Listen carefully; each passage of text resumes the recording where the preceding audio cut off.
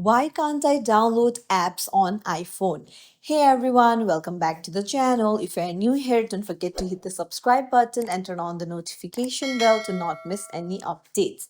So, are you not being able to download apps on your iPhone? Then you're in the right place. There might be some problem in your settings. So, open up your settings app first and then scroll down and tap on screen time. Scroll down and then tap on content and privacy restrictions. There you'll find iTunes and App Store purchases. Tap on it and there you'll see installing apps and you can see it is set to don't allow. So make sure that you tick on allow. Come back and then go to in-app purchases and here to tick on allow. So this might be the reason your apps are not being downloaded. So make sure you set it all to allow.